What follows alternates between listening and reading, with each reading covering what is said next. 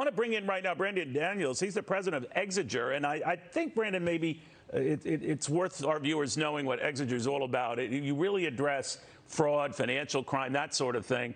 China is a big player, and not in a good way in that arena, huh? Yeah, I mean, at Exiger, we help companies and the federal government to manage risk across many different sectors. And one of the things that we see come up, whether it's trade embargoes, cyber attacks, fraud and financial crime, command and control policies, climate change issues that our clients care about in the federal government and in major critical infrastructure sectors, China is at the center of a lot of those key and critical issues today. Do you think, Brandon, that will come up in the virtual summit or conversation later today?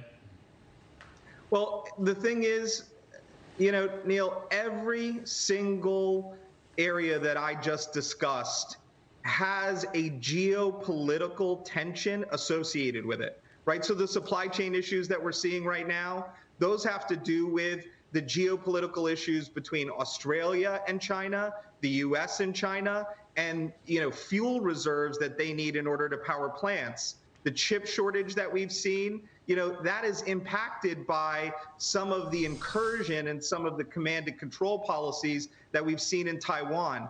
So even if it isn't on the docket explicitly, underneath it all, climate change, which is a key administration priority, supply chain issues, and limiting the cyber attacks that happen to our grid and to our telecommunications area. Those are going to be key things that are underneath every single cover.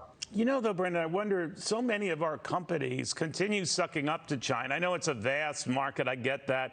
But even this latest move on the part of some of the semiconductor giants to help China essentially do the same for its semiconductor industry has me thinking, you know, why help China? Why are you doing that? Well, the intelligence community, the Department of Defense, even now the FCC with the China telecom ban, right? So civil and military agencies are combining together and raising the red flag to industry that that's not acceptable.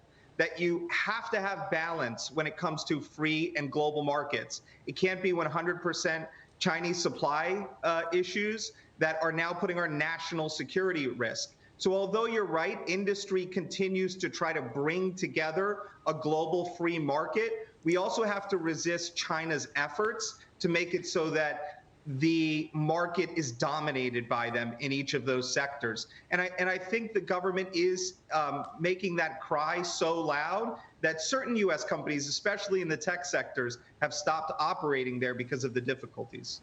All right. I don't know if any of that will be resolved in a single virtual phone call, whatever they're calling it. But man, oh man, it is a mess to address. Brandon Daniels, thank you. The Exiger president weighing into this, a guy who warned about China long before it was